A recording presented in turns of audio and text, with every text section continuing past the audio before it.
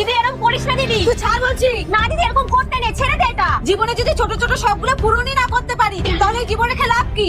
তুই পাগল হয়ে গেছিস। কি হচ্ছে এখানে? মা দেখুন না। তুই থাম, উনি সব জানে, জেনেও ছেলেকে কিছু বলে না। আরে স্বামী স্ত্রীর মধ্যে ঝগড়া অশান্তি হয়েই থাকে, তার জন্য এত বড় সিদ্ধান্ত?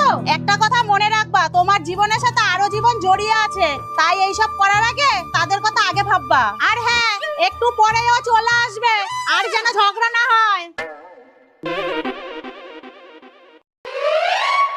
মা মা দাও ব্যাগটা আমাকে দাও। আমি নিজেই রাখতে পারি। বাবা, সকালের রাগ দেখি এখনো যায়নি। দিদি, হ্যাঁ। তো দেওরকে গিয়ে জিজ্ঞাসা করতো ভাত বাড়বো নাকি। ঠিক আছে। ভাই তোমার ভাত বাড়বে? থাক, আমি নিজেই বেড়ে নিতে পারবো। और अभी तो रुको, क्लाइमैक्स अभी बाकी है।